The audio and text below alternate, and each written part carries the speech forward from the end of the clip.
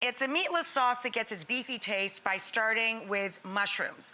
You want some really meaty flavored mushrooms. I like to use a combination of cremini mushrooms, which are baby portobellas, and these are called maitake or hen-of-the-woods mushrooms. Brown the mushrooms first. Do not add salt to mushrooms until they are brown. We're going to add a couple of large shallots, and we're going to grate in some garlic. So I'm going to combine the cooked mushrooms with some diced salted eggplant. I'm going to use a combination of sun-dried tomato paste, just super tangy. That harissa that I was talking about comes in a tube. You can throw it right back in the fridge. A little bit of chili paste.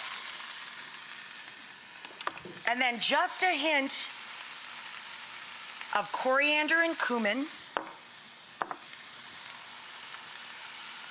A little oregano. And a little sweet paprika or smoked sweet paprika, either or. Oh, it smells amazing. When you're buying eggplant, by the way, you want it to be very heavy and very firm, not spongy at all and very dense. Salt it a little bit, don't go crazy, and just let it weep onto your kitchen towel for a few minutes. Press out the excess liquid, throw it into the pan. In our pan, the eggplant, now tender. So a little splash of Worcestershire, white or red wine for acidity. And then 1 can of crushed or diced tomatoes, it doesn't matter. Italian tomatoes are finely chopped walnuts. This gives us texture. Delicious. I'm gonna let this bubble away. So I just added some good fruity EVOO, extra virgin olive oil. Always undercook your pasta by at least 1 minute from the package directions for al dente. Add in your half a mug of starchy water.